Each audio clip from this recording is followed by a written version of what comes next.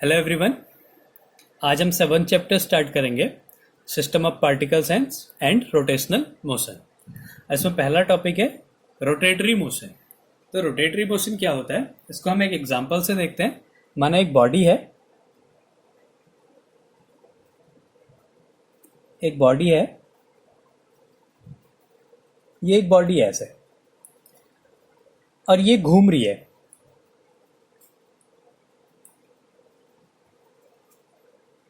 ये बॉडी घूम रही है ऐसे। तो अब क्या होगा, इस बॉडी का हर एक पार्टिकल जो है वो सर्कुलर मोशन में होगा। जैसे यहाँ पे कोई पार्टिकल है तो वो ऐसे घूमेगा सर्कुलर मोशन में, यहाँ पे कोई पार्टिकल है तो वो ऐसे एक सर्कुलर पाथ में होगा।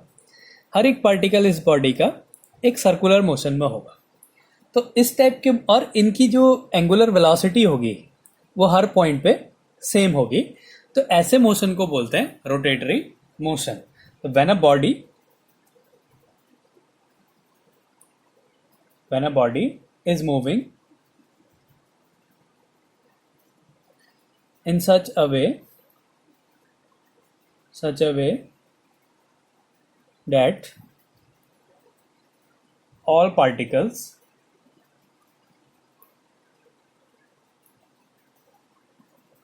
are making circular motion,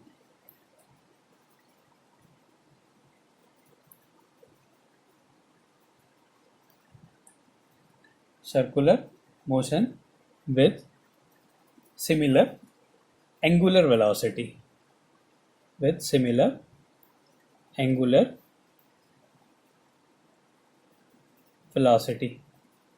then this system is making a rotational motion.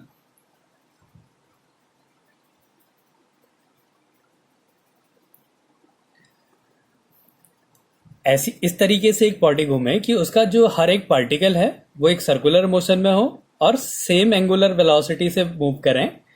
तो ऐसे मोशन को बोलते हैं हम लोग रोटेटरी मोशन। अब इसमें क्या होता है, हर एक पार्टिकल का एक सेंटर होता है। जैसे ये पार्टिकल सर्कुलर पाथ में मूव कर रही है तो इसका एक सेंटर होगा, ये पार्टिकल मूव कर रहा है तो इसका एक सेंटर होगा, ऐसे इसका भी सेंटर होगा। जितने भी पार्टिकल्स मूव करेंगे उनका एक सेंटर होगा। तो हर एक रोटेटरी पार्टिकल का एक सेंटर होता है। अब अगर हम उन सारे सेंटर्स को मिलाएं तो एक स्ट्रेट लाइन मिलती है जिसको बोलते हैं हम एक्सिस ऑफ रोटेशन। अगर हम इन लाइंस को मिला दें, इन सारे सेंटर्स को मिला दें, तो हमें एक स्ट्रेट लाइन मिलेगी जिसको बोलते हैं हम एक्सिस ऑफ रोटेशन।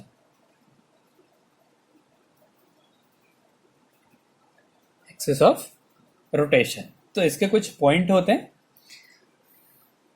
पहला पॉइंट है, ईच रोटेटिंग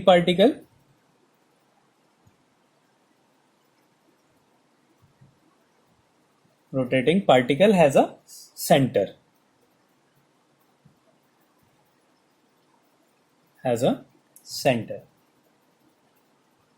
सेकेंड पॉइंट है, इन सच system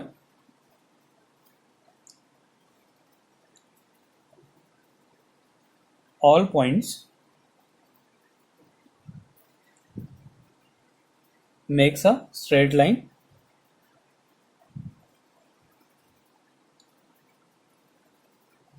called axis of rotation.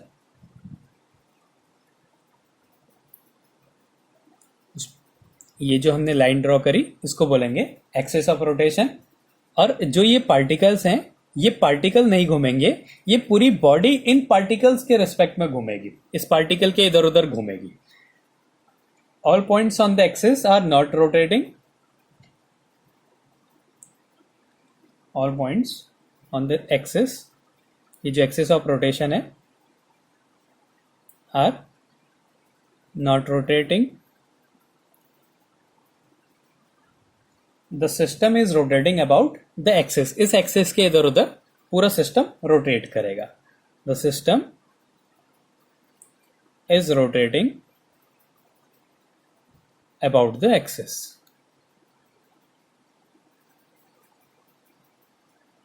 तो ये है हमारा रोटेटरी मोशन और उसकी कुछ कंडीशंस। तो रोटेटरी मोशन क्या होता है? सारे पार्टिकल एक सर्कुलर पाथ में मूव करें सेम एंगुलर वेलोसिटी से, तो ऐसे मोशन को बोलेंगे रोटेटरी मोशन। सारे पार्टिकल्स का एक सेंटर होता है, अगर हम सारे सेंटर्स को मिला दें तो एक स्ट्रेट लाइन मिलेगी और उस स्ट्रेट लाइन को बोलते हैं एक्सिस ऑफ रोटेशन। और ये जो पार्टिकल होते हैं ये रोटेटरी मोशन में नहीं होते हैं, पूरी बॉडी जो है इस एक्सिस ऑफ रोटेशन के चारों तरफ रोटेट करती है। तो ये है रोटेटरी मोशन। अब इसके बाद इसमें एक टॉपिक है moment.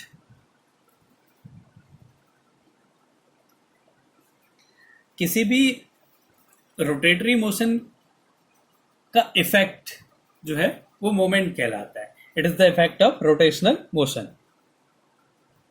It is the effect of rotational motion. ये रोटेशनल मोशन का इफेक्ट है।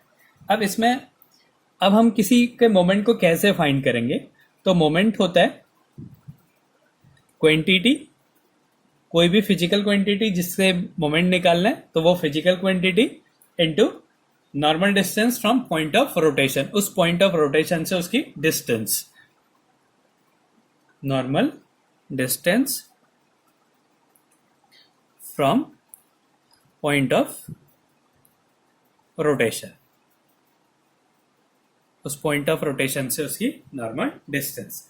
अब ऐसे ही आता है एक moment of mass. Moment of mass, तो हम इसका फॉर्मूला क्या था? मोमेंट उस क्वांटिटी को लेना है और उसकी परपेंडिकुलर डिस्टेंस दे लेनी है एक्सिस ऑफ रोटेशन से। तो मोमेंट ऑफ मास ले रहे, तो इसका मतलब क्या है? Mass into normal distance from point of rotation, normal distance from point of rotation. तो ये हो जाएगा मोमेंट ऑफ मास। ऐसे ही होता है मोमेंट ऑफ फोर्स, इसको हम टॉर्क भी बोलते हैं। मोमेंट ऑफ फोर्स, इसको हम टॉर्क भी बोलते हैं। इसके बारे में आगे डिटेल से पढ़ेंगे, तो इसको अभी सिर्फ मोमेंट से देखते हैं। तो ये क्या है? फोर्स का मोमेंट है, तो यहाँ पे क्वांटिटी क्या आ जाएगी? Force into normal distance from point of rotation. तो ये हो जाता है मोमेंट। अब इस टॉर्क के कारण क्या होता है? बॉडी घूमती है इधर उधर। ये क्या है? एक फोर्स है। तो मोमेंट क्या होता है? रोटेशन का इफेक्ट है। रोटेशन पे जो इफेक्ट है उसको बोलेंगे हम लोग मोमेंट। तो ये आज के टॉपिक थे, रोटेटरी मोशन और मोमेंट।